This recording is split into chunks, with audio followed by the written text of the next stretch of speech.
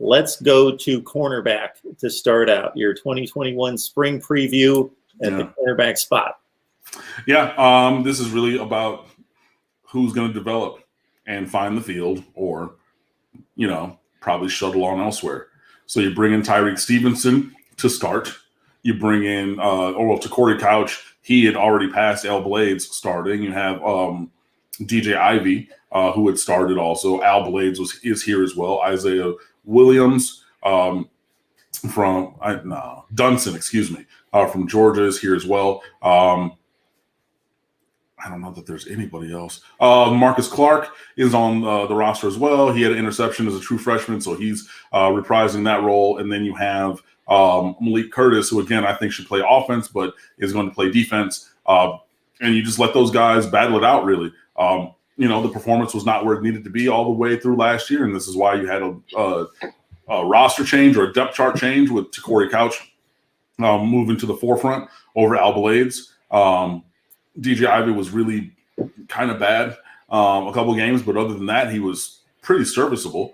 And again, that's kind of, I talked about that offensive lineman game where you would pick the name or number of an offensive lineman, and if, their name was called, you would take a shot, whether it was good or bad. But if you don't notice them, then they're kind of doing the job. It's kind of like the referees. If you don't talk about the referees, they're not interjecting themselves into the result. With DJ Ivy, it was a lot like that. Like when he was bad, he was being lit on fire, and it was terrible because the performance, necessitated that kind of evaluation because it was absolutely terrible. But after that, you didn't really talk about him much because you're kind of doing the job. Had some completions here, but you're making some tackles. You're not really getting torched or anything like that. And now, obviously, everybody in that North Carolina game was back to the forefront on defense of being, abjectly terrible. Not just any one player, but every player who stepped on the field that day had times. Because we gave up almost 800 yards. I'm not going to say that somebody was awesome in that game. That just didn't happen. But in terms of cornerback, DJ Ivy did settle in through the course of the year. Al Blades was up and down throughout a lot of the second half of the season. Then he also had to miss time with the heart issue that he's recovering from. So I'm not even sure that Al Blades is going to be on the field during the spring. But that's another body at that position. And again, you can look it up. We already spoke about that and still continue to wish him a safe recovery as he continues to address that health issue. But in terms of the team on the field, there's still just there's snaps to be had and there's improved. The performance needs to improve. Period. So whether that is with just DeMarcus Van Dyke's coaching abilities, whether that's him in tandem with Taraj Robinson, which I believe it'll probably be to develop everybody in that defensive secondary, that'll need to happen. But Tyreek Stevenson he's not the same as Derek King, but the scenario is the same, as in he's brought in to start. Now, yes, you're starting at cornerback where you have multiple players, at the same position and multiple guys in the secondary. So it's not a singular focus. He's not going to by himself, I don't think, be a transformational player for the defensive side of the ball, as was Derek King on the offensive side of the ball last year. But you didn't bring in Tyreek Stevenson to sit. You brought him in to play. So he's going to play, and these other guys are going to play. And hopefully, we continue to see progression moving forward from all the guys, especially the guys towards the bottom of that depth chart, because you're only as strong as your weakest link. And sometimes last year we had to play the weak links, and they were pretty weak. So if they develop a little bit, that'll help everybody. It becomes even more of a glaring shortcoming when you bring in a top 10 recruiting class that's strong at just about every position. You have an issue at cornerback, and you don't bring in any cornerbacks in the recruiting class. Don't bring in any true cornerbacks, because Malik Curtis, like I said, he was mainly an offensive player in high school. You call him an athlete because he has that electric speed. So you're going to put him on defense and try to have a different dimension of speed over there, and use a skill set there as opposed to offense. Again, I don't agree with it, but if it works out, who cares if I agree, right? And then, the cornerback in your recruiting class was Tyreek Stevenson. The one who's played that position, perfected or working on perfecting that craft. That's the one in the recruiting class, is the one that you got from Georgia as a transfer. Because, Malik Curtis, hopefully he's quick on the uptake. But again, having mainly played offense, and yes, he did play some defense, but his expertise demonstrated in high school was more on the offensive side than the defensive side of the ball. So he really has, some refinement to his technique that will be needed to layer that on top of his electric athleticism. So we'll see. But yeah, you have that top 10 class. You bring in a guy to play cornerback who mainly made plays on the offensive side of the ball. So yeah, the cornerback that you brought in this recruiting class, Tyreek Stevenson from Georgia. If he lives up to his recruiting ranking, yeah, third rated cornerback in the country, number 37 overall player in the country. Yeah. But again, he is a guy on the list of elite South Florida cornerbacks who chose to go elsewhere. And now he's made the decision to reverse course and come back south to Coral Gables. But he's on that list. I mean, yeah, number 3 at his position, number 37 overall. And people could have made the case if he, was an inch taller to, put him as top 25. I mean, 37 overall, you're just outside of 5-star range if you're talking about 247, who has about 32 5-stars a year. So you're the 5th best non-5-star player in your class, according to that, 32 5-stars, in a year. That's rarefied air, my friends. That's what we're talking about. Absolutely. Ronan, thank you so much for the super chat. Always appreciated, man. You know that.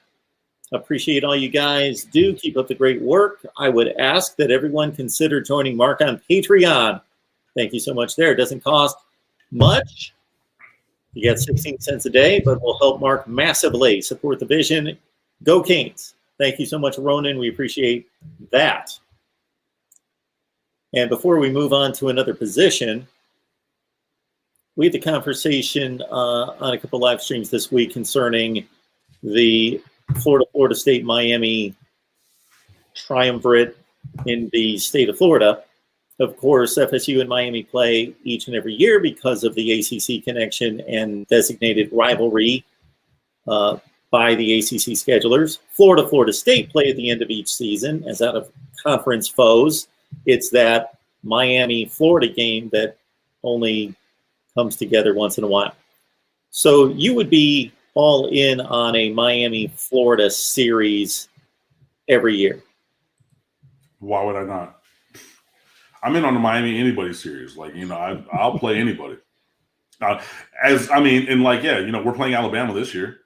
I know that, Florida wants to say, they play the SEC and they have a strong in-conference schedule and they're already playing Florida State and everything. And I mean, okay, but no, I would be with it. I don't run from anybody.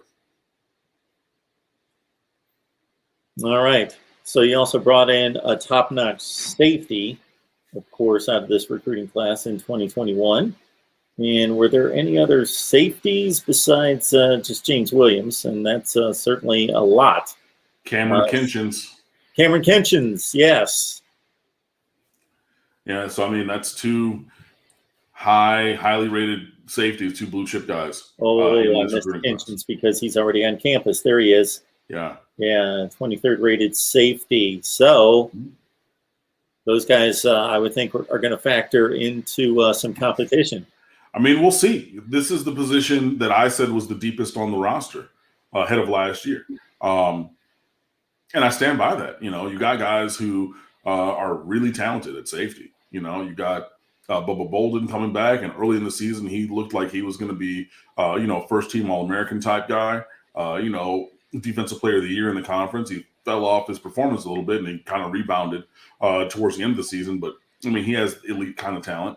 Gervin Hall was another blue-chip recruit as a safety, and he's not necessarily played all the way up to his potential here, but he's another elite kind of a guy. Amari Carter was at safety. Who kind of stayed the same throughout his career, but maybe he'll play some outside linebacker. You have Avante Williams. You have Keontre Smith. You have James Williams. You have Cameron Kinchins. You have Brian Balaam, my former student from Miramar, who even came in that Clemson game after Amari Carter got booted and then started the next week, while he missed the other part of his suspension for targeting. So, I mean, even though Balaam was a 3-star guy, he's a guy who played a lot because he earned his way onto the field. So, we have a lot of talent at safety, and, hopefully it's the best man plays. And there's a lot of numbers and talent to look at there to work itself out.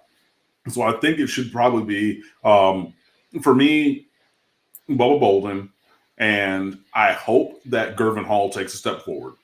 So that's your starting pairing, with Amari Carter trending more towards striker than safety. And then you have, the other guys filling in for rotation snaps. But if it ends up being a different group, it ends up being a different group. But where cornerback is a position of, at this time, the perception, or I think the state of reality is a relative lack of talent compared to other positions on the roster and unproven players.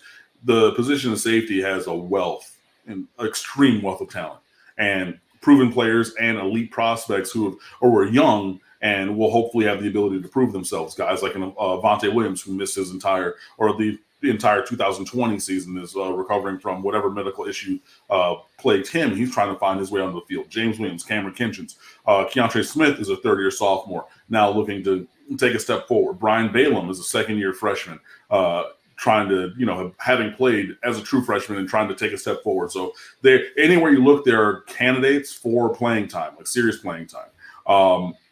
And yeah, the talent at that position is just higher. So hopefully they continue to play to that level, and T-Rob, helps to continue to develop them well. And with Avonte Williams, of course, second-rated player at his position, safety, in that 2020 class, and the number one rated player in the class.